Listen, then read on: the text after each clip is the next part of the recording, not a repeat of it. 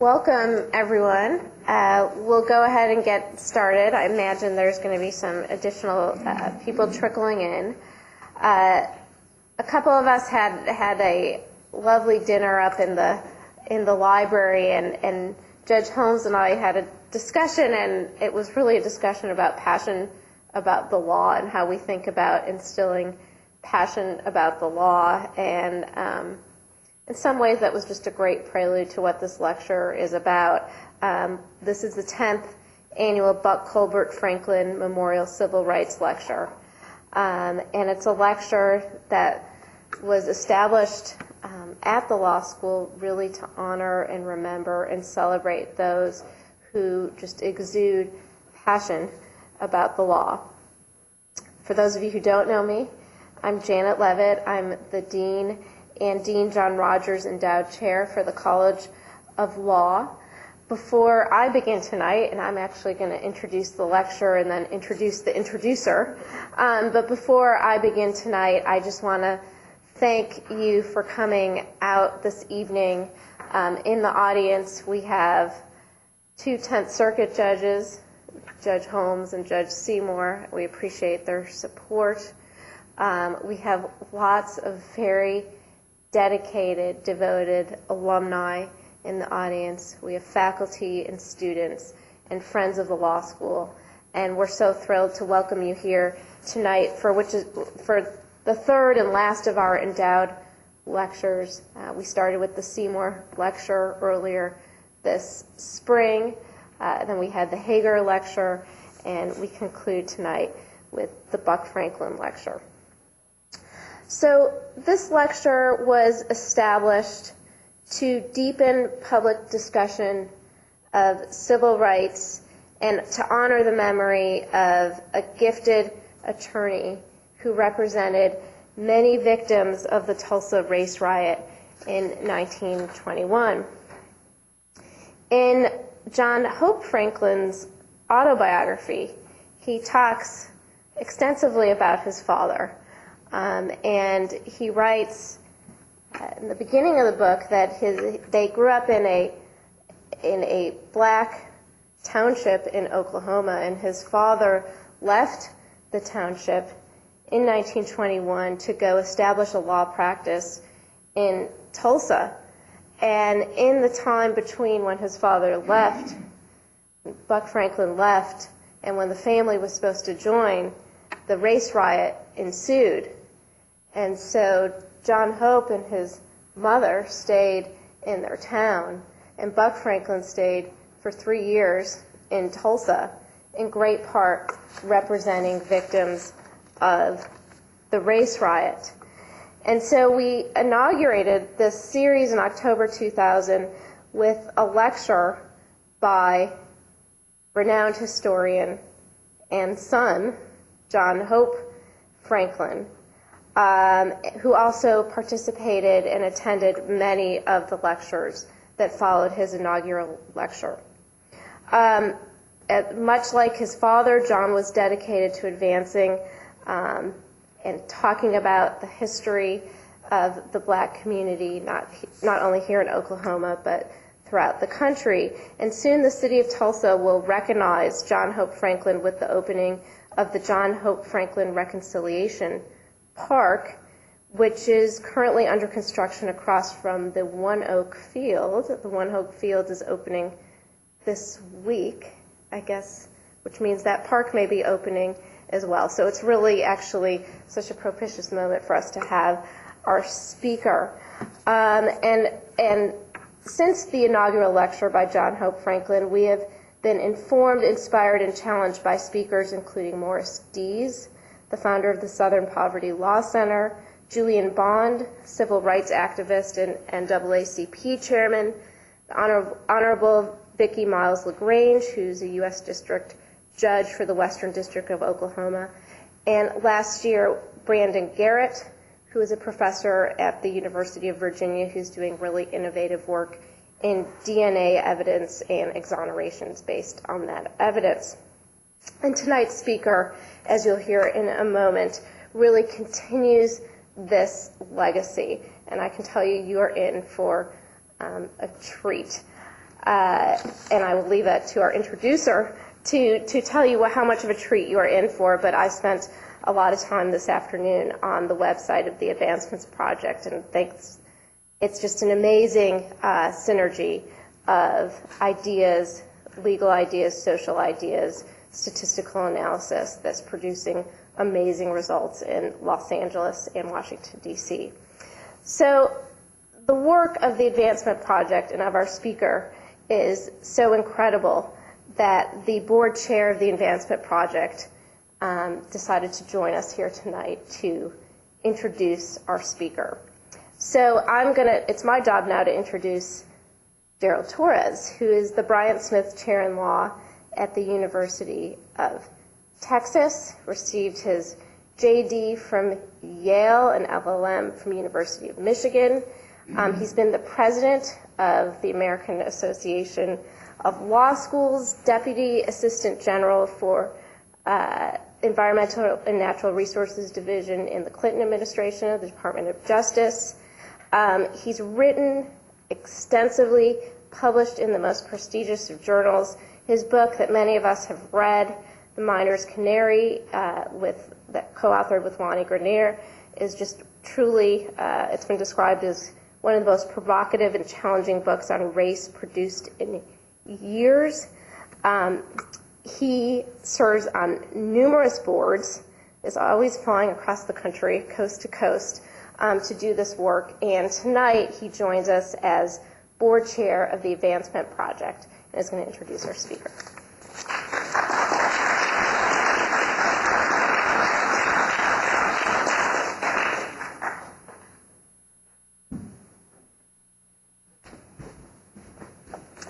I actually did come just to introduce Connie, and so I'm glad to be back in Tulsa, and I'm grateful for this honor.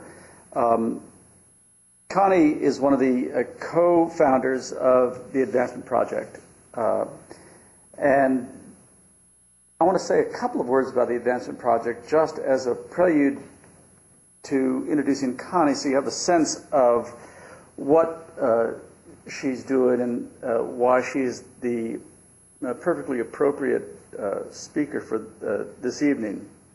About 10 years ago, actually a little bit longer, about a dozen years ago, a group of people convened to try to think about ways of approaching civil rights and racial justice, and to think about ways in which the old methods had come to dead ends in many respects, or had reached roadblocks. And a woman named Dana Cunningham at the Rockefeller Foundation convened a group of people. And one of those people was Connie Rice. And Connie, that was the first occasion I had, I think, to actually get and spend a lot of time with Connie. And I, of course, was immediately taken with her analysis and her ability to cut to the heart of issues, and not abstractly the way academics who I normally associate with tend to, but concretely. And her concrete analysis, I think, is at the heart of her ability to get things done. And so with Connie and a group of others, we created an organization called the Advancement Project. And what the Advancement Project is, it's an organization headquartered in Washington, D.C. and Los Angeles. And what we're trying to do is to take the talents, not just of lawyers, although it is primarily lawyers, but people of varieties of disciplines, and to look at problems and to ask what needs to happen to solve these problems, recognizing that lawyers bring a constellation of skills, not just the capacity to litigate, although, as Connie will tell you, it is having that capacity to litigate back of all the other problem-solving tools that often provides the lever to make those other tools work. How can we produce change? And I think the Advancement Project has produced a new model of civil rights advocacy for which Connie is largely responsible. Now, I have a lot of stories I could tell about Connie, but I promised her I wouldn't. Suffice to say that whenever I mention her name, a couple of words always come up. Right? One is jujitsu. Now, why jujitsu? Well, one reason is because she has a black belt. Which is probably not a lot of people would know this about her, right? I call it dirty fighting, but she says it's a Chinese martial art or something. I'm not sure what. But she has a black belt, so I treat her with a great deal of respect, which I would anyway, but this gives me extra reason. And it's clear that she's taken the lessons she's learned from this martial art and applied it to her legal practice, because she takes on enormously powerful institutions, takes the force that they come at her with, and with extremely deft moves, uses that force against them, such that she now has a parking place and a badge issued to her from the Los Angeles Police Department. Because they realize that they have to stop opposing her and start taking orders from her. Because they're going to end up doing what she says anyway. So they might as well just start from there. Similarly, she's helped us figure out how we need to solve problems that you think should be easy to solve, like we need schools. Now, all of you should think, where should we put those schools? Well, Connie had a really simple answer: where the kids are. Well, that's often not the answer you get if you work through the normal systems. Connie said, let's rebuild the system. And tonight you're going to learn why she agrees with all of you who are here tonight, I think, that looking at things from the bottom up often tells you that you need to rebuild systems, but why this lecture in honor of John Hope Franklin tells us that we couldn't begin to look to the bottom to rebuild systems without relying on people like John Hope Franklin and the work that they did and the courage that they had to do the work that they did to allow us to stand where we are today, to try to envision a future that is hopeful and fulfills the promise that he saw, that his father saw, even after the riots, the Tulsa riots. In the wake of the Tulsa riots, there was hope that remained, and I hope that this lecture redeems that hope. Connie Rice.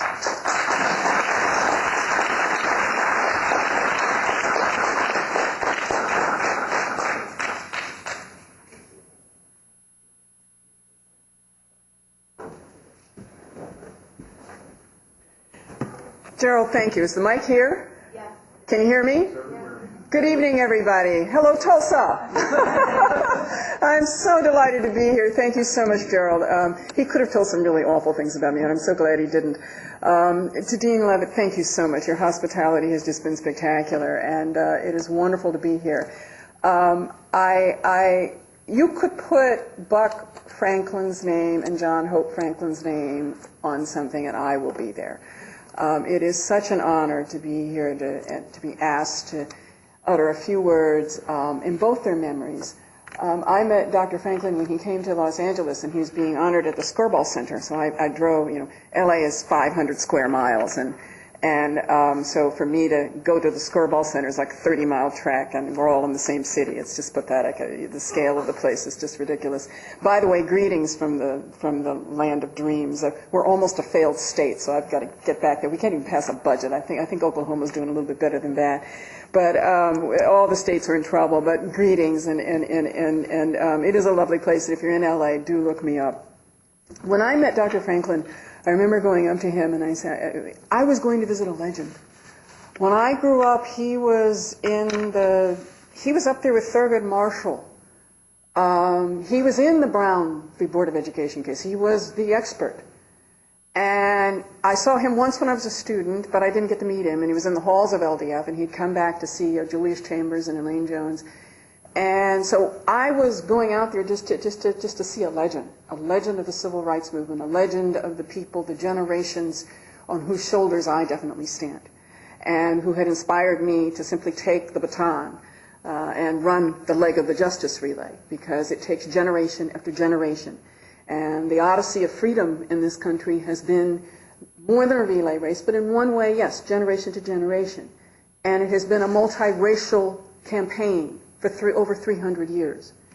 Our freedom from slavery, was fought with multiracial coalitions. There have always been whites and Jews and Native Americans and Chinese Americans and even French nationals.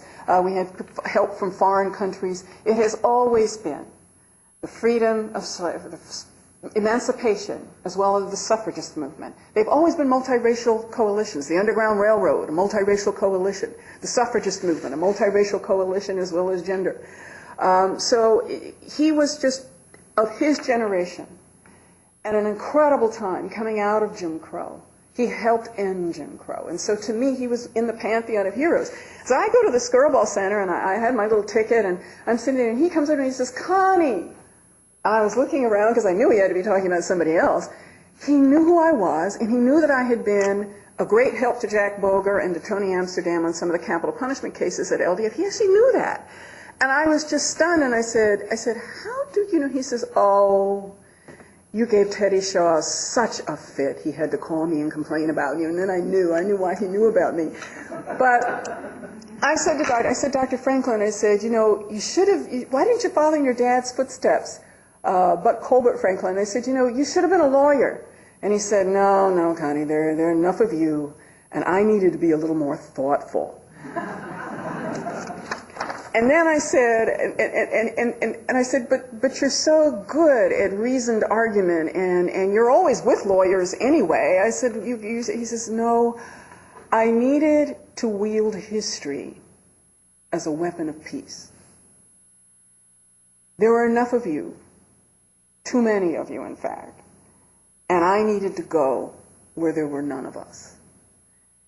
And when I think about how I would sometimes call him, I counted him as one of my mentors. I probably shouldn't have.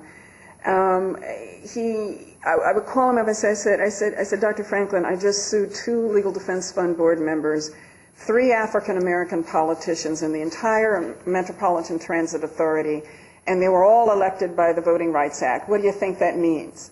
He says, "Well, if you're suing your bosses and you're suing the elected officials that were elected under the Voting Rights Act, I think that's called progress, Connie." He had such enormous love for this country, even though, as he said, every day of his life he was confronted with abject humiliation and the systemic degradation of the Jim Crow regime. Think about his father becoming an attorney, the son of slaves.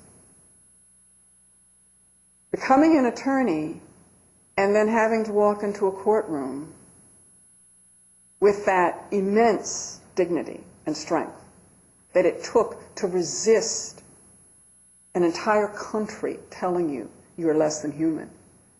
And yet you grow up with this rock-solid confidence in yourself and a sense of entitlement to your own humanity.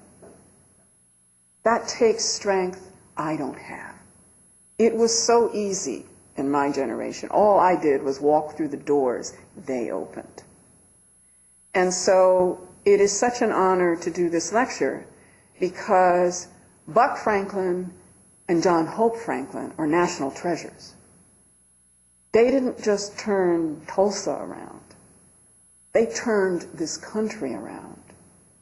And in the Negro fight for emancipation and freedom and first-person statehood, that battle turned the world around. Because you can go to the Ukraine, the Orange Revolution, they were singing "We Shall Overcome." In Tiananmen Square, they were singing "We Shall Overcome."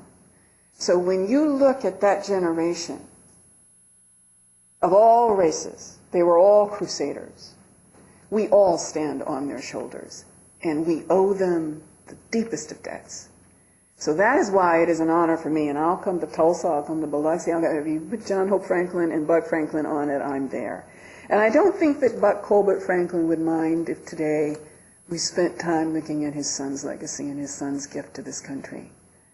When he passed, the thing that struck me the most was, I said, you know what? He had such an incredible run, but at the end of that run, we broke his heart. And with that commission on race and reconciliation, he was so stunned by the inability to even have the conversation. It hurt. And I said, our job is to make sure that that reconciliation happens.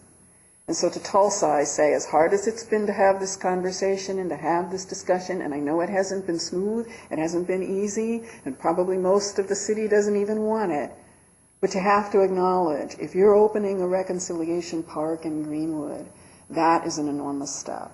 Because I've lived all over the world. I'm an Air Force brat. And I grew up in all white situations in Europe. And I went to private British schools where, as the only African-American girl, the only girl of color of any type, from any country, I played Queen Elizabeth for 3 years in a row because I fell in love with QE1. She was my girl. And I had no concept, none, that a little black girl couldn't play the most powerful monarch in British history. And none. Because my parents brought me up in the way that Buck Franklin brought John Hope Franklin up. It is an incredibly rich set of values and an incredibly strong sense of self-esteem. And it produces a grace in the face of abject humiliation and degradation, a campaign of degradation, which is what Jim Crow was. It produces incredible personal strength. And when you look at it, you really have to appreciate it because it's so needed right now. Those two, although they were demeaned every day, Buck Franklin walked into a court and he was told by the judge to leave because he was black. I can't imagine. I've been cited for contempt when I got into some particularly vigorous conversations with some judges I disagreed with. I have been cited for contempt, but I can't imagine being ordered out of a court simply because I was black. That's what Buck Franklin faced. And to go from that to where he watched his son, the heights he watched his son, the two of them are national treasures. When you look at that spirit of confronting naked, raw hate with grace, forgiveness, resilience, when you look at how they faced it down, steadfast grace in the face of relentless cruelty, they met total delusion with ardent reason, and they had unbending integrity that defeated the rank hypocrisy. And they let no lie stand. They really had the spirit of Gandhi and Mandela in the face of real threats. Compare that to what we see in the sort of naked bile that is in small pockets of our public sector, of our public discussion right now. Hatred expressed in the face of what I consider ginned up and imagined threats. And it's especially important to remember their spirit now. I actually think that Dr. Franklin went into history because I remember he wrote, "History knows no bounds. History knows no bounds." And he said that through using history and the excellence, the highest levels of achievement and scholarship, to use that as a weapon for peace, I think he also knew that history gave him total freedom, and he would never be put in arenas where he would see what his dad faced. In history, he wouldn't get the demeaning treatment in the courtroom. And I honestly, he said something to me one time about the pain of watching his dad having to deal with the racism in the courts in Tulsa. And I think that's why he went that way. Even though I think at the end of his journey, he was still full of optimism. They were both relentless optimists. And I decided to title this talk 2010 a Freedom Odyssey, because I love 2010 A Space Odyssey, and I had to use it in some lecture at some point. Why not this one? And as I'm thinking back on it, it's not going to be a history lesson. I'm going to talk about where we really are right now in the Civil Rights Revolution. And as a civil rights lawyer, I'm going to be the first to say that we are completely out of fashion. Even in LA, we are completely out of fashion. I have learned that we've done dozens of big class action impact cases, just like Thurgood Marshall. We are the class action mass impact litigators. We're impact litigators. We use law as a vehicle for policy change. I am a social engineer, and I am a feminist. Now that will get me slain here in all kinds of places in the United States. But as social engineer lawyers, you are using law as a power tool to force the kinds of changes that you can't get through regular legislation or the politics are in gridlock. Lawyers are at their best when they are the wind beneath the wings of social movements. That was the magic of the Civil Rights Revolution. You had ordinary people doing extraordinary things every single day. It wasn't like there was a huge military blueprint, but there was a vision, and they fed up, came back from World War II, and as Harry Belafonte said, we're not taking this anymore. We just liberated Europe, and I've got a ride in the back of the Greyhound bus. We just liberated the concentration camps, and I can't stay in a hotel. Soldiers who came back and insisted on being treated as first world citizens and not to be treated less than German POWs, they basically said, we're not doing it anymore. And after that soldier had his eyes gouged out in Georgia, African Americans said, enough.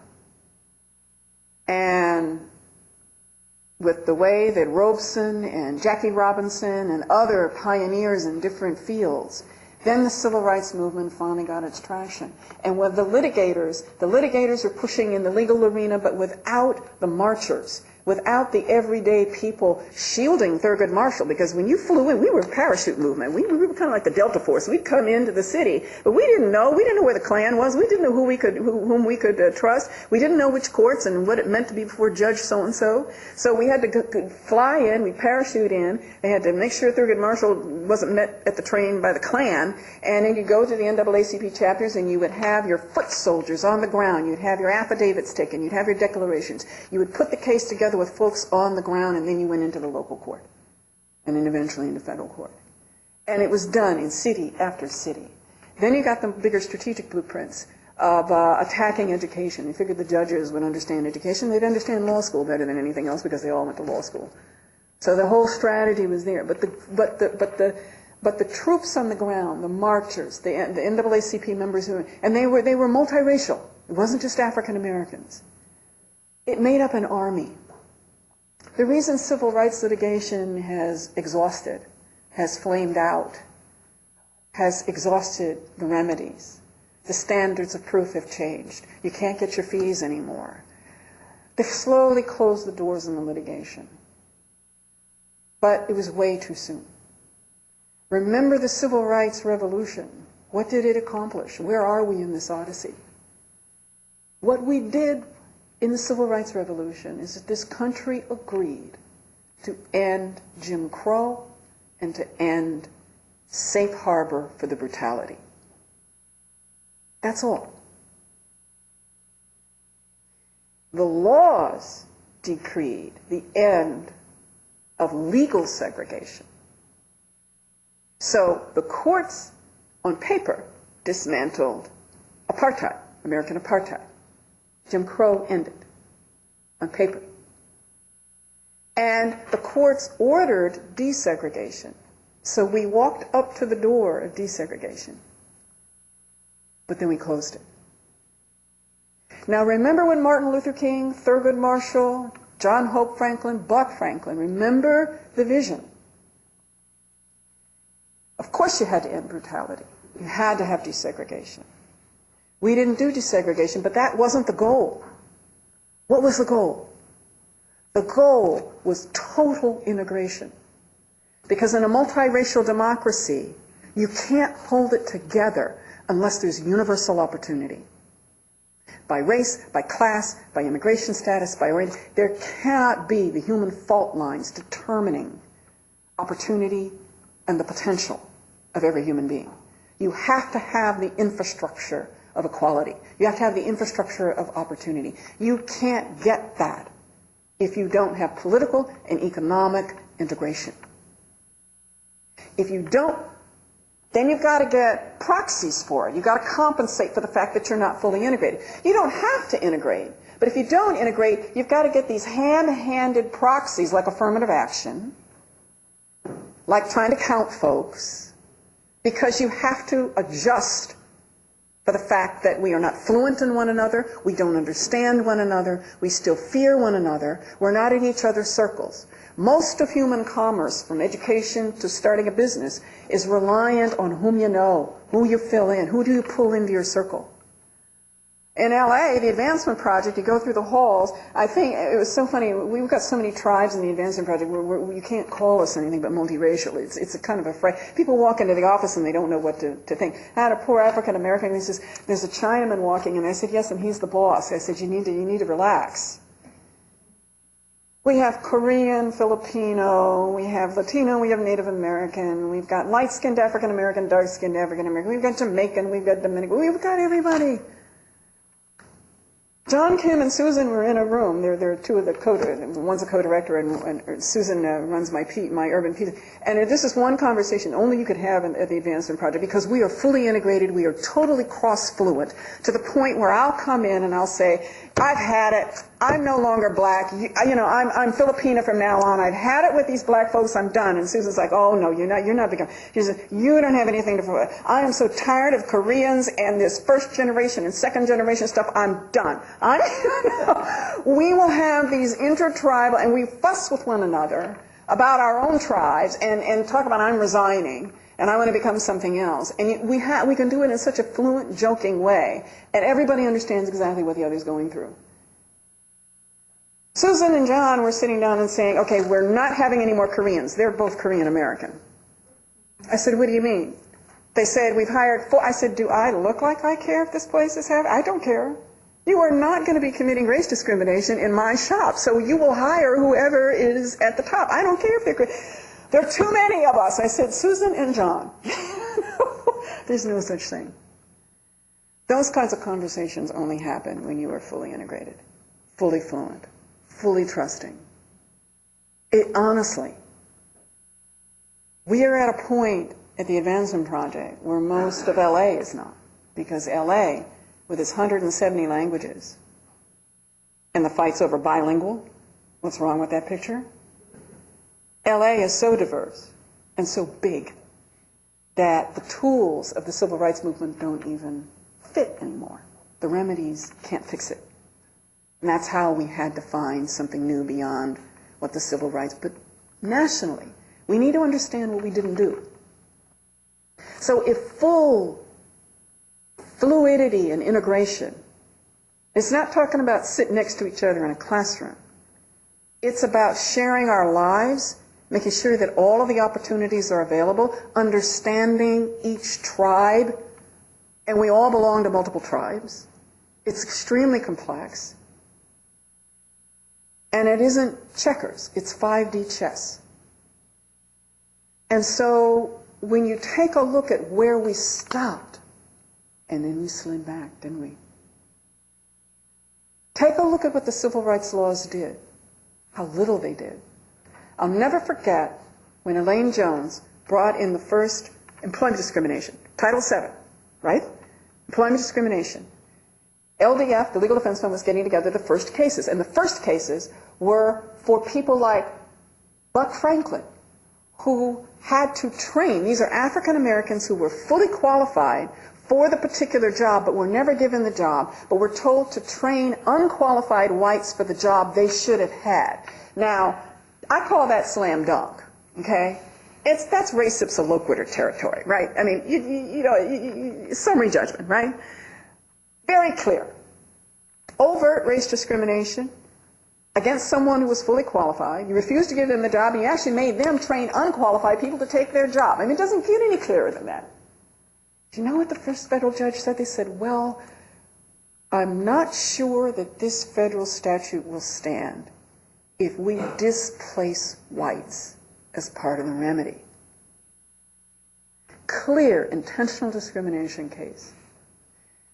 The two judges who had the first two of that kind of case for LDF, and we learned, they circled the names of the qualified African Americans who should have won under Title VII, and they said, what we're going to recommend as a remedy that this country can stand politically is we're going to circle, we call them red circle cases. They circled the names of the African American plaintiffs who should have had those jobs, and they said the next time the company has an opening, they have to consider them first.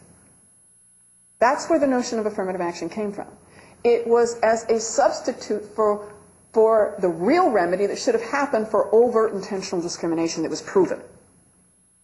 So it was this is what's politically acceptable, watered down compromise to begin with.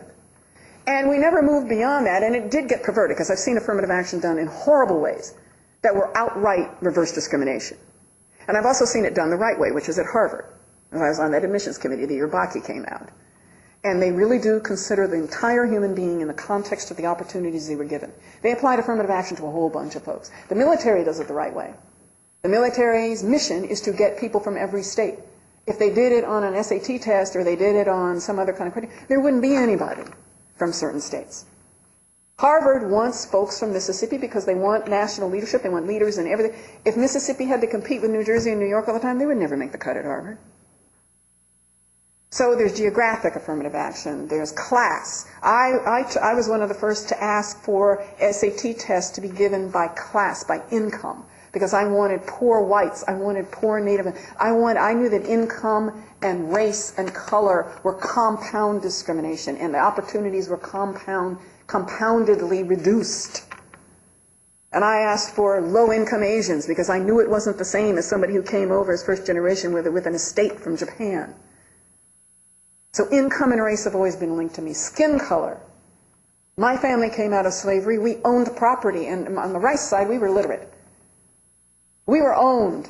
Well, I'm about a third Native American, a third Celt, Irish, Anglo-Saxon, and a third African, including Geechee, which is where Condi and I have the gap in our teeth. Mine closed when my wisdom teeth came in. We are 19th century America blended. We are the Ku Klux Klan's worst nightmare. We just violated every miscegenation law there is. We are the walking, blended 19th century America. I claim all three heritages.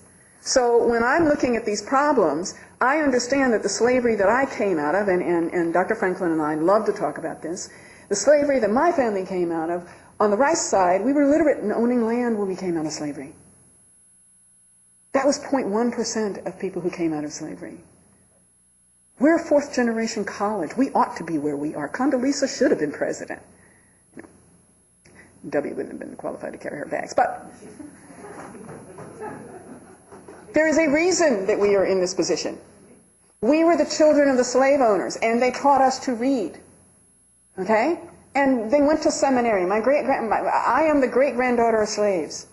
We came out owning land. And on the other side of the family in Virginia, see, Virginia had small farms. This is what you learned from John Hope Franklin. Little tiny farms. And you want to know why I can visit the slave house my great-grandfather lived in, and there are now poor whites living in there? It's a brick building with floorboards and a fireplace. Do you want to know why he lived there? Because he was the son of a white slave owner, and they didn't sell folks to the South. What they did is they sent them from Rappahannock County to Culpeper County, so that the lady of the house didn't have to look at her husband's slave offspring running around her plantation. So they sent him over one county, right?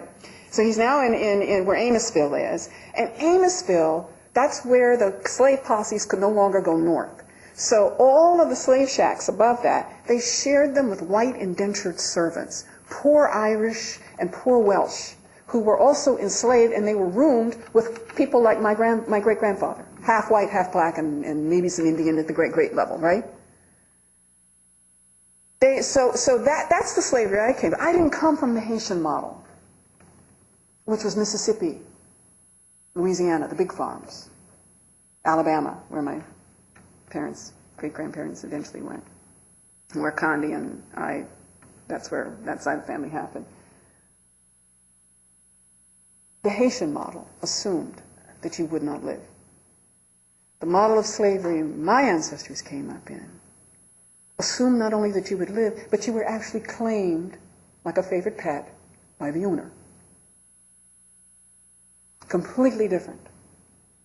If we don't understand those paths, if we don't understand how our paths entwine, we don't understand how the white indentured servitude was a very close model to the slavery, although they may have gotten out eventually, the mark was still there. And what I loved about the story in Virginia was that, you know what? They called them salt and pepper teams. It was Danny Glover and Mel Gibson 200 years ago. They would escape together. So you had black and white escape teams, which is why they didn't let the slave catchers go higher than Amosville, because the majority of escapees were salt and pepper teams. Learning this is what John Hope Franklin wanted us to know. And understanding where we didn't go explains why we're kind of disintegrating now in terms of purpose. We have to reimagine, we have to go back to that step, and we need the debate. Because you don't have to integrate. But if we shut the door on integration, we are not going to achieve what Martin Luther King Jr. said was the second phase of the Civil Rights Revolution. We did 95% of the first phase, which was ending brutality and dismantling apartheid. Martin Luther King Jr. said the second phase is called realizing equality.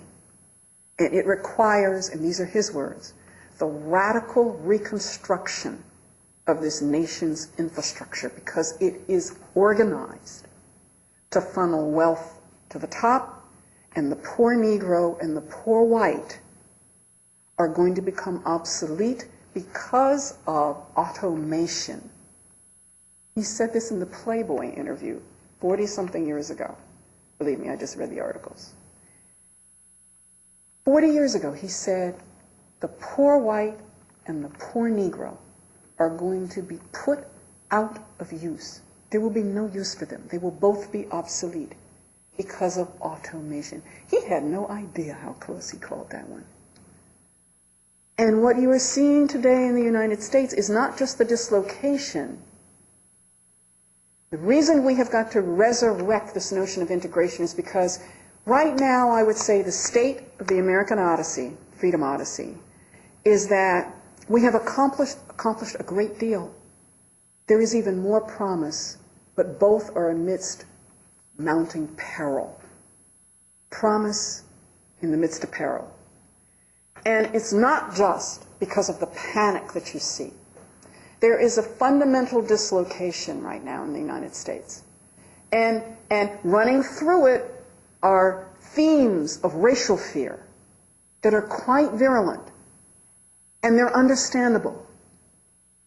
I grew up in all white situations. I was listening to the Beatles. I had to come back to the United States to discover Aretha Franklin, okay? I grew up in London. Came back with a British accent. So I'm one of the few who can really translate that fear. I represented poor whites on death row because I thought it was immoral to only represent African Americans. And so LDF said, okay, you represent the Klansmen. I represented Klansmen on death row, okay? I spend most of my time with white police union leaders. They're the most conservative cops in the country, okay?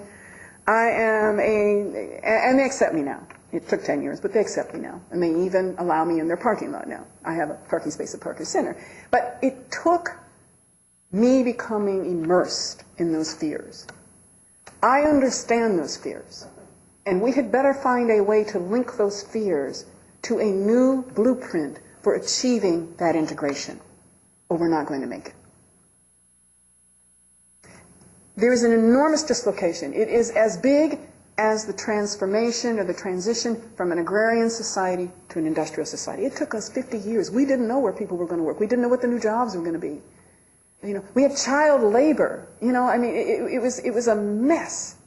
We didn't know. We were laying track for railroads. The technology was taken over. People were being yanked from their farms and put into cities. They didn't know their neighbors. It was horrific dislocation. You had all these immigrants coming in, and they branded the Italians black because they didn't want Italians from southern Italy. And it was amazing. You were Irish, you were in real trouble. They had to create Tammany Hall because that was affirmative action for the Irish. There was no way the Irish were going to be allowed to be named because the Protestant British hated the Irish. They'd been oppressing them for 900 years. It was huge dislocation.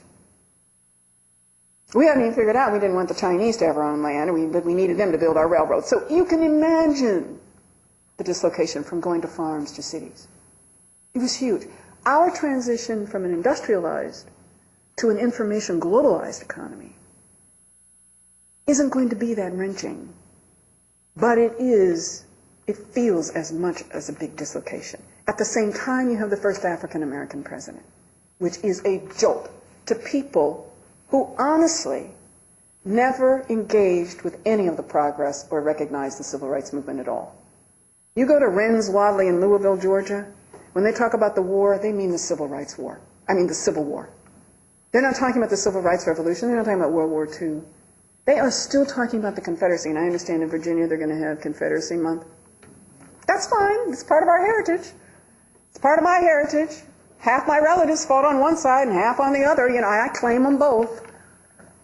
So if we don't figure it out, we are not going to be able to meet those pressing challenges. I think we've got the answer. It's going to take really putting down our shields. When people are angry and don't want to talk, it's very, very hard. It's very hard.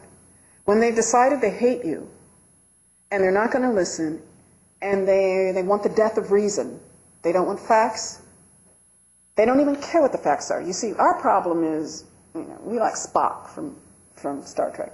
We actually think that reason and fact ought to be the basis. That's what President Obama's problem is. He actually thinks it's about logic and reason and facts.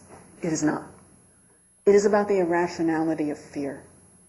And it is the fear, and I'm going to say this because it sounds very strange, and my African-American colleagues never understand me when I say this.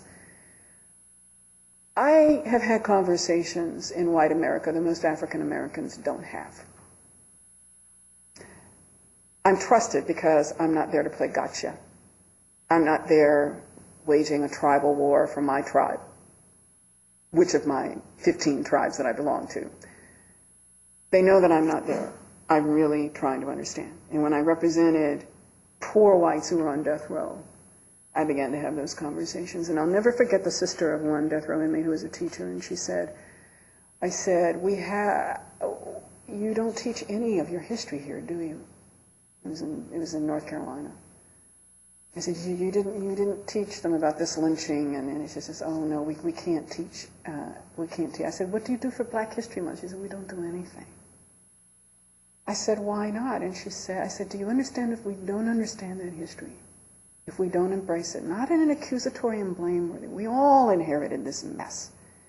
And slavery and racism, I think, harmed Caucasian Americans and European Americans more than any other group. It is our shared pain. It is our shared heritage. And nobody in here owns slaves. So let's all claim it together. She said, I wish we could do that. She said, but Connie, I don't know how to teach African American history without hurting white children's self-esteem. That's an honest point of beginning.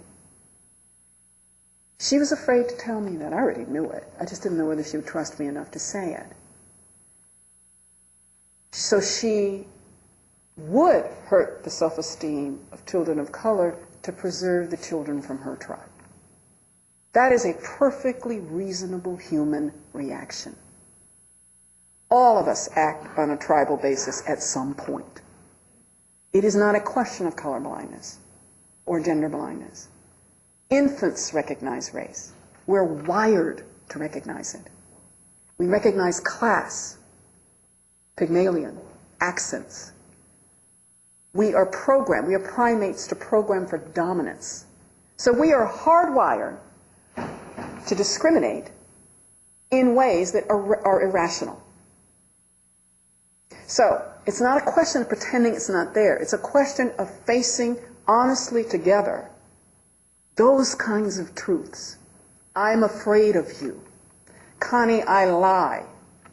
I tell lie after lie after lie till I don't know when I'm lying anymore. That's from Cops, when I did interviews for Chief Bratton. Connie, I'm afraid of black people.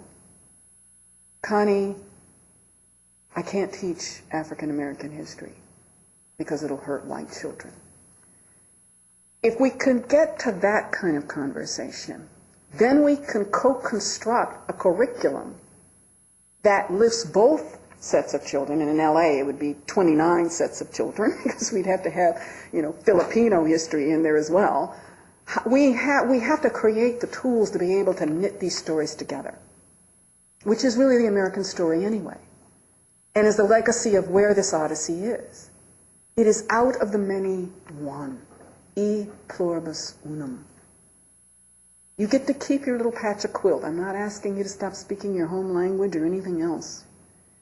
But when you knit it together, you created a new whole. And it's knit together with our credos. And that was the vision of integration. Not surrender of your culture and your tribe, but the blending, the cross-pollination, so that when it comes time to put a team together, you're having the kinds of conversations you have in the Advancement Project. Conversations you can't imagine in most places.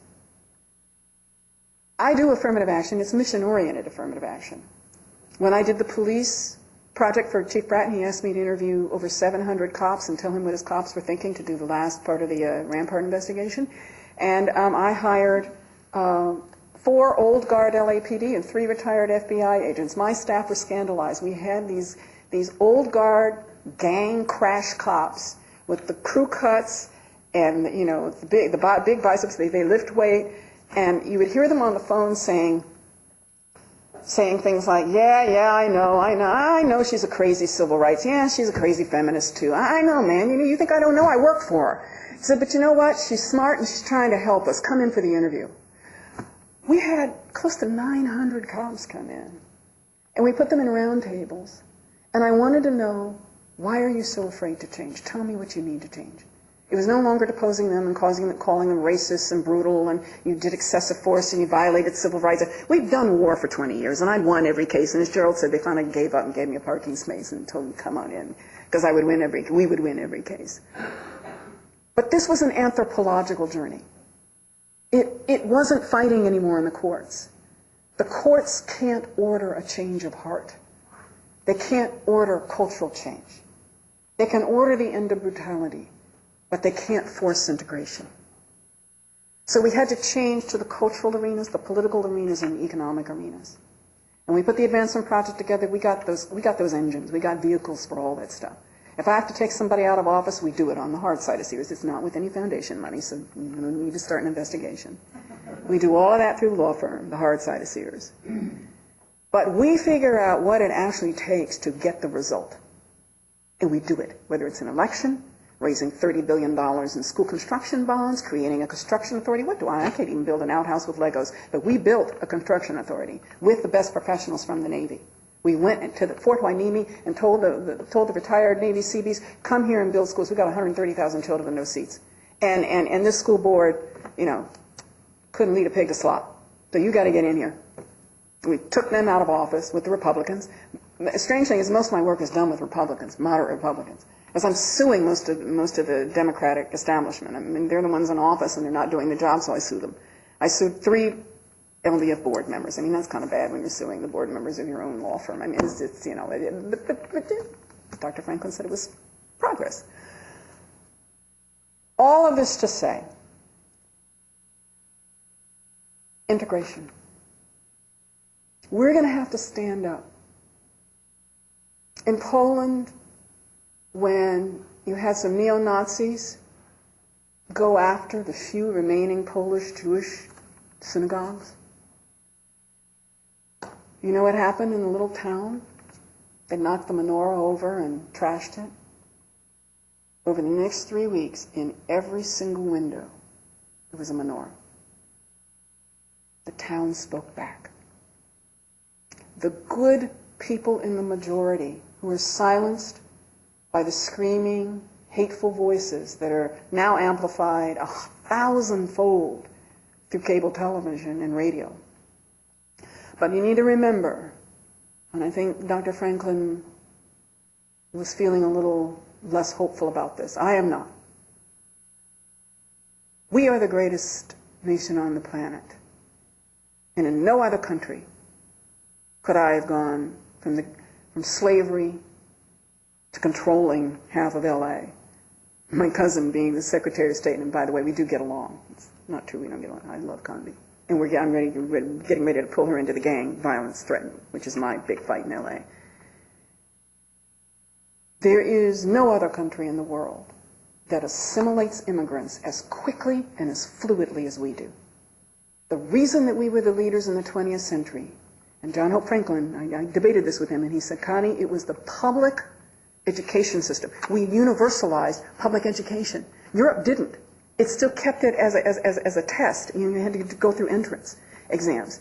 And so they did not universalize secondary education. And the GI Bill created the engines that generated the middle class. So that greatest generation came back, they laid the infrastructure for an acceleration of the creation of the middle class, and we had universal secondary education. And we liberalized access to college. We build roads, interstates. I was interviewed the other day about the Tea Party folks, and I said, I'm delighted that they're finding a voice. I'm delighted that they're angry and expressing. And I said, but if they arrived at Harry Reid's hometown on the interstates, they participated in socialism because we all pooled our commonwealth to build those damn freeways. And if they arrived at the airport, that's also pooling your commonwealth to create a common resource that amplifies all of our enterprise and all of our wealth. Public schools, libraries, Social Security, which is redistributing income, so because we decided our elders should not die poor and go to paupers' graves as a country. That's socialism. And I'll bet you they're all cashing their Social Security checks and keeping government out of their Medicare. So understand the fear. I do understand that fear. It is the fear of annihilation. It is the fear of eradication. And I explained this to a friend of mine, and I said, no. We should not underestimate that fear. Because it is a rational fear. It is a fear of disappearance. I have seen it in white parents who have biological African and Asian and other kinds of racially mixed children. And I have many friends, and all of them have said, Connie, I'm terrified that she won't see my face in her face. I'm terrified that my whiteness, my heritage disappears.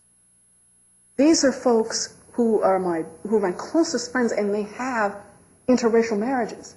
So I'm not talking about folks who have an antipathy. I'm talking about the normal human reaction to what happens when all of us grow up with big part of our identity being our racial identity. In some countries it's a little less, but you don't care. Go to Rwanda, go to Northern Ireland, for God's sake. They've actually divided themselves into races, and I actually had an extradition case, and I said, how do you tell one another apart? You seem to know who's Catholic and who's Protestant. And it's one of my homelands because I'm about a third Irish. And they said, Miss Rice, you know, the Celts that became Catholic, they came from a different branch, Miss Rice. I said, what is this? The pallor of the skin is different, Miss Rice. And I said, you all are crazy. You're all Celts. You're all white people. What is the matter with you? I said, then I knew the human genome has a glitch in it. Okay? That software, there's some glitch in the software. We make up differences when there are none. I've been to Rwanda. I've been to Ghana. Go to Japan, where the racial purity makes Louisiana look like a cakewalk. Okay? We have this glitch. Don't try and pretend it isn't there, and don't minimize it. It is a reasonable fear. I understand it because my friends I will never forget the painter who came to my house. His son, he brought this young boy with him. He's African American. And after lunch, I was serving him tea, and I said, how long has your son been working for you? This is a white man. with this African-American apprentice. He burst into tears. He said, "You can tell he's my son." I said, "He looks just like you. Got the ears, his ears stick out. I mean, he looks just like you. He's got your brow. I mean, in my family, we look way past color, because you can come out dark brown, you can come out pure Cherokee. It doesn't matter. We're not bothered by it. You can come out looking like me, you can come out looking like Connie. It doesn't matter. We just don't care, because we're so mixed up, we have nothing to lose. But for him,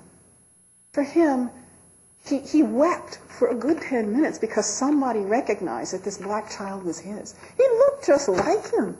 And it was such a relief to him that I saw that he didn't have to say it was his son. But he doesn't get that reaction. He feels like he has disappeared in the face of his own son. I can understand that. That is a very human reaction. And on a political level, that's what the folks who are protesting are fearful of. They no longer have the only thing that this country ever promised them, which was that they would be above black people. That's part of the dark bargain that was woven into the very foundational documents of this country. Poor whites would never question where they are economically because they would always have a social supremacy. That's no longer there. So the only bargain that they have had has been reneged on. We have to fix that, or we're not going to make it together. I think that were Dr. Franklin here, I'd be really arguing with him that that reconciliation committee, we need to do it again. We may need to start the conversation a little differently. We may need to do it through humor. Let's get the blue-collar comedy crew, whom I love, there's your sign, and mix them with Steve Harvey and the original Kings of Comedy, and we'd have a hell of a discussion at that point, and we'd be laughing with one another at that point. I think we may need to do it not with the lawyers this time, not necessarily with the marchers, but I think we've got to convince our frightened fellow Americans we've got the greatest country in the world, and it's worth preserving, and out of the many, one is our best credo. And I think I will leave you with Thurgood Marshall's, my favorite quote from Thurgood Marshall. So from, let's do the desegregation on the way to integration. And if you don't, there are proxies for integration. But it is about the upward mobility and the economic justice for all of the world. Because remember what Martin Luther King said, it's a global strategy. And we have to develop a humane capitalism that does not destroy human beings in its work. Well, I don't want communism. My parents were spies. I saw Russia. Okay?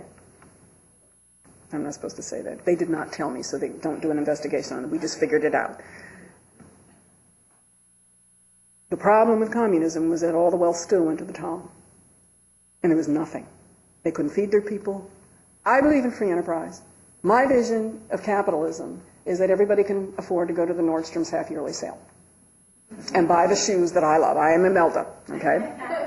I had to build an extra room in my house for my shoes, and I need an intervention. They're probably going to do a reality show on it. I love capitalism, but it cannot be done, as Martin Luther King Jr. said, at the cost of human dignity and wiping out all of the gains that we've made. We are going to have to get rid of casino capitalism and come up with a working capitalism that generates enterprise and is sustainable and doesn't destroy this earth. We can do that. It is not impossible. But if we insist on holding on to the old paradigms of suppression, of racial exclusion, of denial, we won't make it, and we'll be where John Hope Franklin feared we were. I am absolutely positive that we can do this. And it's going to take average folks standing up and saying, enough of the bile, enough of the hatred, enough of the spitting on John Lewis. We have real serious business. Forget 7 generations. This next generation isn't going to have a hope, a prayer, if we don't start engineering that blueprint. The infrastructure for future prosperity is going to be our joint venture. Out of that will come the racial justice. It has to be racially competent. It has to be socioeconomically competent. It has to be linguistically competent. It can be done. We do it all the time in Los Angeles. And it isn't easy. The common enterprise. Then our Odyssey will end up in freedom. and Thurgood Marshall's quote to us, which was, "We can run from one another, but we cannot escape one another. Knock down the walls that divide. Tear down the barriers of fear. Reach out. Freedom lies just the other side." Thank you.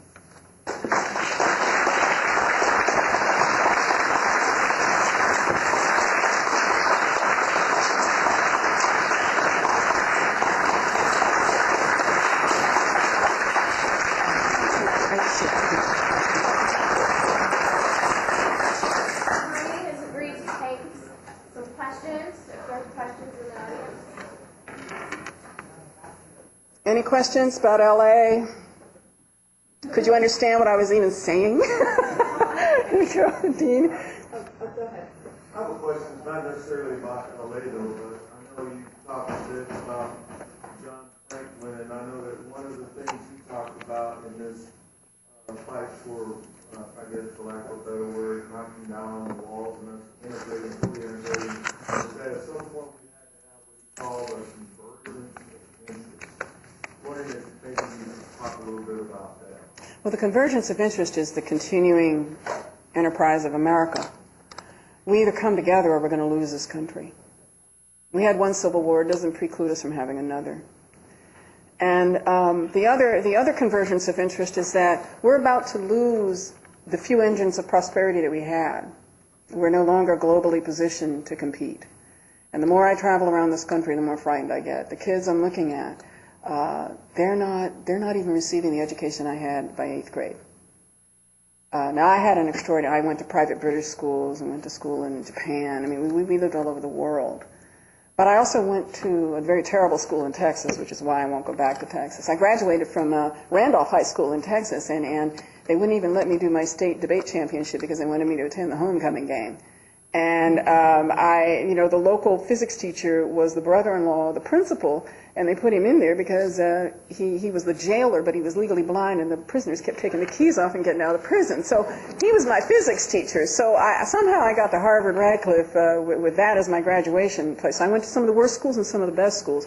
My education came from home. My mother is a master teacher. My father speaks 5 languages. You know, I mean, we grew up. We had phonics by the time we were 4 months. I mean, it's kind of OCD, and we're not normal. But the common enterprise is understanding our kids are going to be nowhere. Have you seen the kids coming out of the MIT of India? I went to school with international superstars from Korea, from China, from India, from Belgium. One of my best friends, Felix Twalfhoven, had a double 8. He doesn't even speak English, and he got a double 800 on the SATs. They don't even scale them that way, do they? This is 40 years ago, so, I don't even know how they scale the SAT or the LSAT for that matter. So I think the common enterprise is, we have always been the land of prosperity, and we've always had a future. We've always envisioned our kids doing better than we are, and they're not going to do better than we are. This is probably the first generation that's going to do worse. And when I look at the kids in L.A., another reason is that even if you don't want this country to continue, there are a whole lot more dangerous paths we can go on. And I see L.A. starting down that path because L.A. has segregated and suppressed and contained its hot zone poverty areas so well you don't even see them. Our poverty gets swallowed up in 500 square miles. But if you go into those hot zones, they're controlled by gangs. I'm working on gang violence because I think that it's like cancer. If you don't douse the hot spots, pretty soon it metastasizes throughout the body. And that's when we found common ground. We talk about convergence. That was the convergence with LAPD. We used to fight LAPD tooth and nail. I'd wake up every morning finding a way to make their existence hell. We were going to make them do constitutional policing, or it was going to be the last thing I did. We were not having any more Rodney King beatings. It wasn't happening. After the Rodney King, I said, okay, it's war. It's war.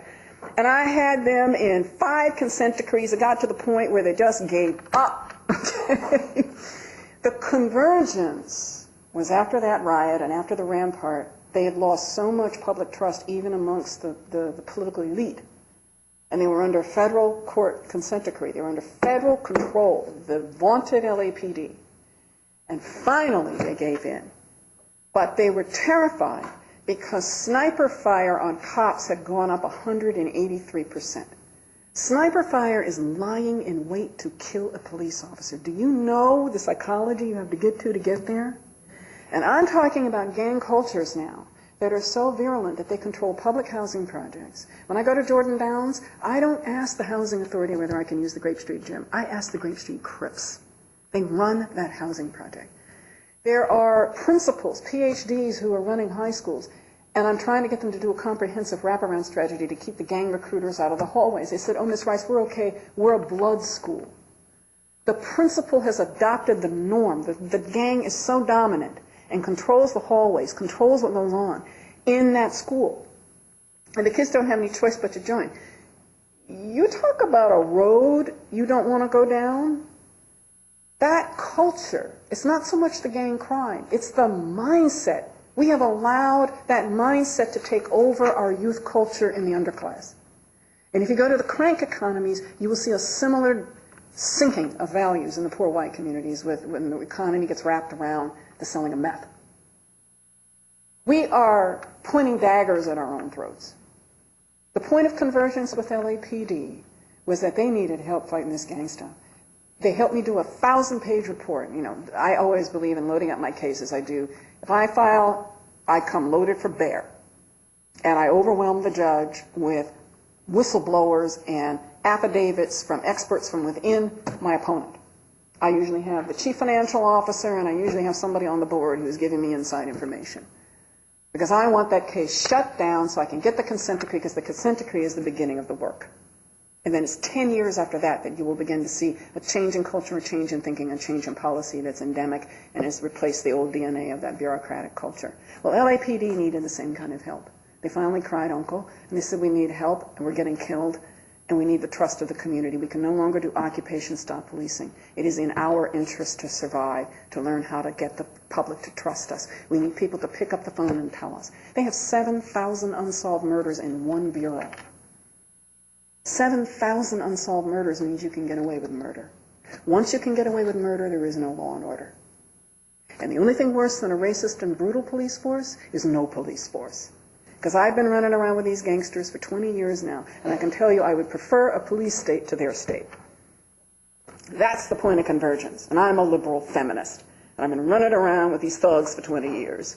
And I'm creating an academy where they actually, we raised $500,000 to make them into instructors. We are now using them like the military, and I learned from the military because I'm a military kid, right? Military is brilliant as far as I'm concerned. My dad was a colonel, right? Learning from the military, clear, hold, build. I told Condoleezza, it's brilliant. We do the clear, but we don't do the hold and the build. We are doing quotas in Iraq. We are doing nation building and city building, and we are paying people. We are creating jobs for insurgents who are laying IEDs for our soldiers. We put them on our payroll because we know you have to put them in power. And they don't care how it's done. They do it by quotas over there, all right? Forget about affirmative action. They're doing hard quotas because it works. They are doing hard social engineering. They are creating jobs and putting their former opponents into those jobs because they have to provide security. They have to win the hearts and minds of the people. They're digging wells. They're building schools. They're creating economic infrastructure in Iraq, not here. Taking those lessons, how do you get your reserve officers, who are a lot of them in our police, make them into a force that now works with gang intervention, who are our former insurgents who are now working with us, right? We're putting them into an academy. It's called the Urban Peace Academy. It's absolutely fabulous. You have former gangsters teaching cops, and they're all taking out their, and they're sitting up. It took us 3 years to teach them how to be instructors, but they know how to keep peace on the streets. They know how to do ceasefire agreements. They know how to stop a retaliation shooting after there's been a drive-by. Because usually when you take the injured person, the shot person, the family that didn't finish the job or the family that's going to get revenge goes into the ER room and shoots up all the doctors. That's what we have in LA. So these guys actually stop when they negotiate, make the hospital a no-gang zone. You think it can't get worse? Come to LA. Convergence came out of the emergency. Convergence came out of self-interest. And I think once we made that case to one another, I stopped suing, they stopped fighting me, and we got together. And I said, you're going to have to try this gang intervention stuff. Do you know how hard it is for cops to deal with guys they've been trying to put away forever? And I mean, these guys could go away for murder any day. The reason that they're so influential is because they have street credibility that comes from what they did when they were criminals. It is highly risky. But we have allowed the gang problem to get so saturated we have no choice. We can't fight the problem any other way. So convergence comes out of necessity. It comes out of self-interest. When this country realizes that we're not going to be able to compete, as far as I'm concerned, if I had kids, they'd be learning Spanish and Chinese. Forget bilingual, forget English only. You need to be speaking 3 and 4 languages. My dad is fluent in 5 languages. I can read 2. And I hate to say my Spanish is not what it should be. But I also have my iPhone and it has a translator thing on it now. So maybe I don't need it. Technology will help us. But our kids are so far behind now, I'm scared. I went to New Orleans and I talked to some kids and I thought, oh my God, there's no critical thinking. They can't synergize. They can't go through, they can't assess large amounts of information and get a gestalt to figure out what the theme is or what the takeaway is, what is known, what isn't known, what needs to be known. They can't do basic analysis. They don't think on their feet. Have you seen the competition across the world? So convergence is going to come out of economic interest. And throwing tantrums at tea parties is not going to get us there. I'm hoping that the middle of America will understand that we've got what it takes and it's not too late. There's no need to panic. But we've got to quiet down this tantrum throwing nonsense and the bile and the hatred, because remember Father Coughlin in Chicago. Father Coughlin almost caused a crystal knot in Chicago. He was a radio announcer who would just get on the radio and he had a big audience and he would just gin up this anti-Semitic bile to the point synagogues got attacked. And he was all through the Midwest. He had the biggest radio show in the Midwest. And if you look at the UN analysis of the Rwanda genocide, the biggest chapter is on the role that the radio, everybody has those crank radios in Rwanda. And when that helicopter crash happened, or that plane crash happened, and the Hutu leader was killed, they got on the radio and said that the Tutsis had done it. And they said it over and over and over again. They've murdered us, they're trying to kill us, they take our jobs, they run everything. And it was very much like the anti-Semitic stuff about that they run everything, they own everything. It paralleled the anti-Semitism. But it was Hutu annihilating the Tutsi. They killed the lawyers, they killed the academics, just like the Nazis. So we know with crank radios, you can launch a genocide in a third world country through the media. It always plays a critical role, the propaganda and the media. We can't allow that to happen in this country. I think John Hope Franklin, he got it with his reconciliation. He couldn't even have the discussion. They wouldn't even let him speak. They didn't even know who he was. And it hurt him deeply. It's up to us to tell folks who John Hope Franklin was and who Buck Franklin were. And you need to do it in Tulsa. There ought to be a building named after him. There ought to be he is a national treasure. And you got to lead that fight. Got to lead that fight. That's a point of convergence. Any other questions? Yes, sir. How do you restore confidence in America in family? Because it seems to be triggered. Since we don't have family intact in this nation, we're at the point of your discussion. How do you restore confidence in family? I think that's a critical point. I think we've destroyed families. I'm a feminist, which means I'm kind of like your worst nightmare, and the men in my life will tell you that. I mean, they adore me, but I am your worst nightmare. Jar will tell you that. But even a feminist knows that if you take the men out of a community, that community dies. Families without fathers have a very hard time. We have spent 50 years taking poor men out of their families and incarcerating them for mainly nonviolent crimes. Believe me, violent people need to be put in prison. I will help the prosecutors do those cases. You hurt somebody, you're going to jail. But for smoking weed? You go to Hollywood, they serve cocaine on hors d'oeuvre trays. I don't know what the crime is.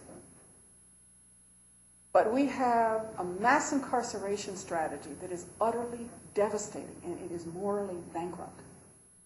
We have a sentencing scheme that is so indefensible, you've even got prosecutors agreeing, well, maybe it should only be 18 times as bad, not 100. I'm embarrassed by my profession. we have allowed a number of things to happen that should not have happened. I'm very embarrassed by the prosecutorial part of the bar, and I have a lot of friends who are prosecutors, but, you know, when you're filing briefs before the Supreme Court saying that you ought to be able to frame people, I'm sorry. Where's the bar? Where are the law schools? We have allowed men to be taken out of these communities for reasons that I don't think justify the disintegration. And at the same time, we have allowed a culture of nihilistic, callous. It's just incredible what you hear coming out of the mouths of these kids. And I'm about as agnostic as you can get, but if church helps to do it, bring the church back. I mean, put them in Sunday school. There has to, you know, children will grow up to be children of the corn if you don't raise them right. And if both parents are either working 2 and 3 jobs, because in LA, I represent the poor. That's what my MTA case was about. I mean, we're doing Robin Hood law. We're trying to transfer public wealth into systems that help the poor as opposed to the middle class and the rich. And I wish it weren't a zero-sum game, but right now it is. But in looking at those families, I see my clients are working 2 and 3 jobs. They're not there to raise their kids. Guess who's there when the kids get home from school? The gang is there.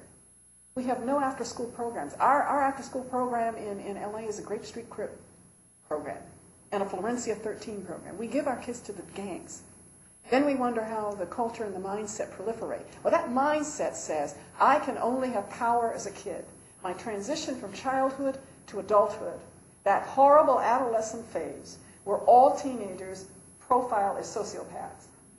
One reason I did not have children is because I knew I would end up committing homicide at that age, when they got to that age, all right? It is hard enough with caring parents and resources. You give that kid to a gang, you get what we have in LA. It is so stupid, it is beyond comprehension. So not only you have to engineer what you're talking about, you can't just write papers about it or file a case about it or get a consent decree about it. You can't even just write legislation about it. You have to organize that ecosystem in those hot zones, particularly in the poor rural areas where children just disappear down dirt roads. You have to organize, you have to understand the dynamics in that ecosystem, and you have to take a public health approach, and you do what you call a vector control application to that ecosystem. You can't just do one problem at a time. When you have an epidemic, you don't hand out fly swatters. So we learn from the public health epidemiologists. I learned from anthropologists. I learned from epidemiologists. Connie, it's not a crime problem. It's not a civil rights problem. You have a public health threat. Treat the violence as a disease. You have to interrupt the vectors that pull the children into that kind of thinking that says, my bar mitzvah is going to be a drive-by shooting. And the rabbis I talk to say, gangs are nothing but a bar mitzvah from hell. If you don't give children a positive, constructive way to make the passage from childhood to adolescence, they will create one, and we won't like it. That's what they've done. It's an alternative family because we're not there. I won't even tell you the horror stories I've seen just in LA. And my question, every single time I discovered one of these children completely ravaged by gang rapes that were taped, you won't believe what 11-year-olds and 12-year-olds are put through. My first question was, where the hell was I? Where was I? Not where the police were, where the parents, where was I? And then where were the parents?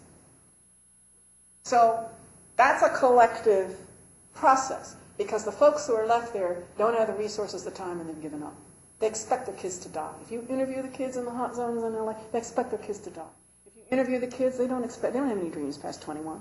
They're not going to make it past 21. And of the 17 young men I started working with 20 years ago, all of them are dead or in prison for life. That's when I decided, okay, we need a whole new way of doing business here. We've got to have another paradigm. You can't do one at a time.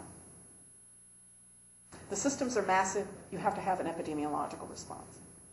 So get out of the rights talk.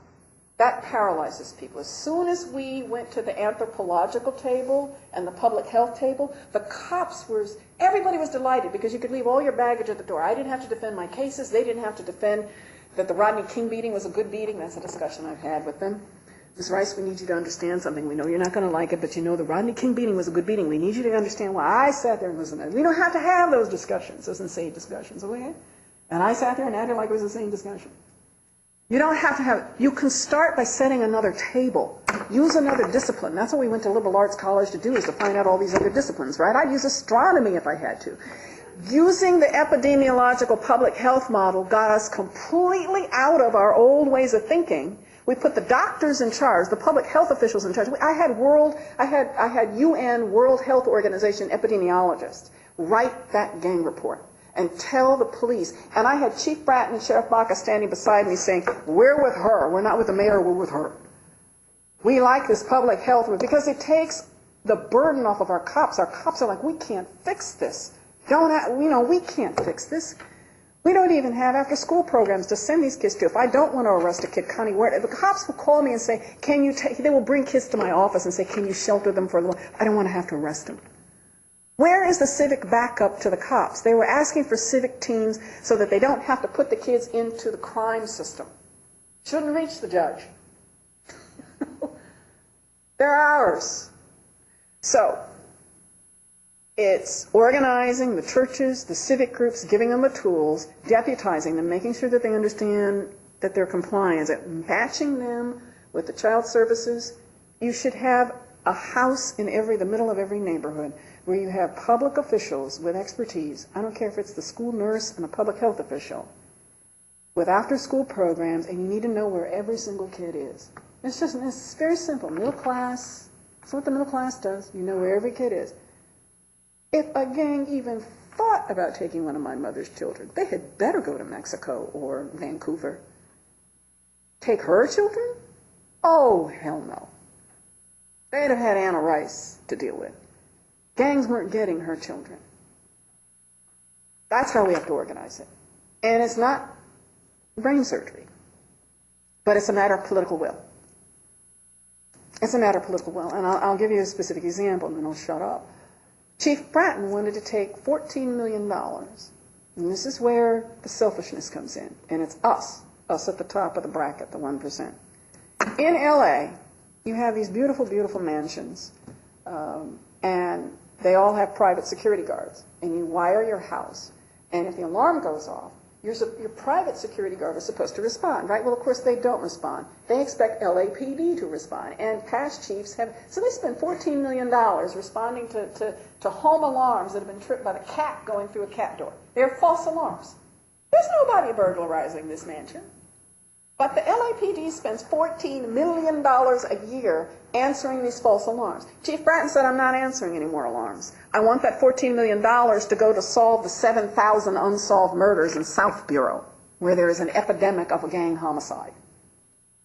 And then he wanted another $20 million. He was putting in, do you know those rich folks arrived in their Bentleys and their Mercedes, and you'd have thought we were asking them to sell their mansions and move into a homeless shelter?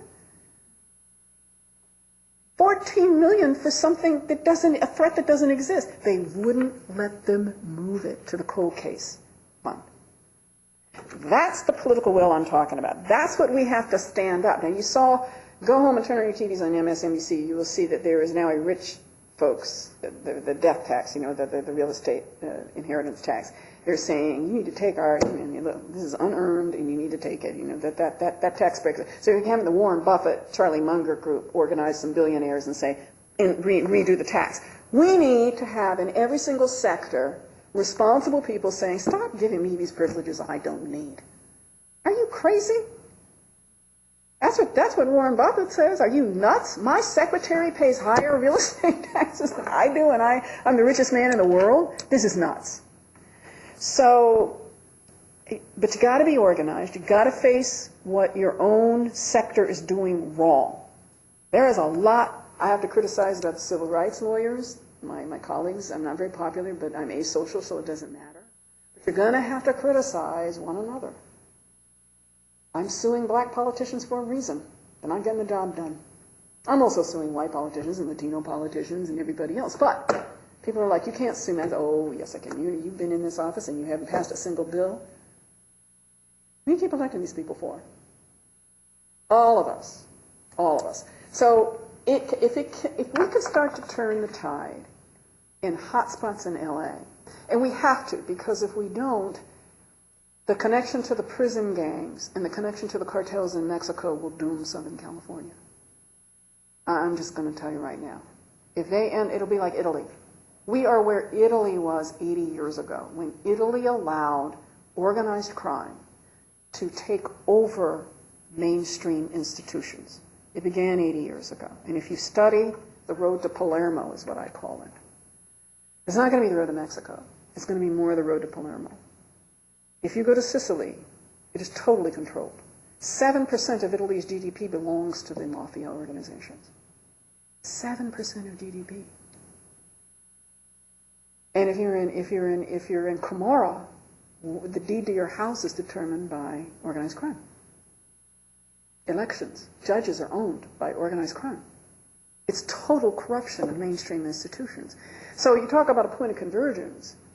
If you want, and we have, it's not perfect, but I won't call the police when I'm in Mexico City. I'd rather call the Green River Killer. Okay?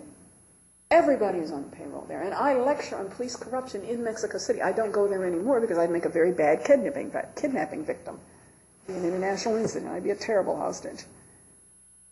I can't go to Mexico City anymore. They now fly the federales up to Southern California. I give my lecture at the Sheriff's Academy on the corruption in American policing and what will happen if they don't fix their... But all of their local police are on the cartel payroll. All of them. You think that can't happen here? It can. In another 30 years, maybe even less than that. So the points of convergence, the family, the values of family and the cohesion of family, that has got to be central to any campaign. But we've got to support families. Women are taking care of their parents. Some sons are too. At the same time, they're taking care of children. They're taking care. You have to support the family. If you want family values, you have to organize your systems. Holland does it. Sweden does it. Switzerland does it. England does it a little bit better than we do. Not much. A little bit better. There's no reason we can't organize our resources to support families. If nothing else, do wrap around after school until the parents get home. Does that make any sense? I thank you all so much for listening.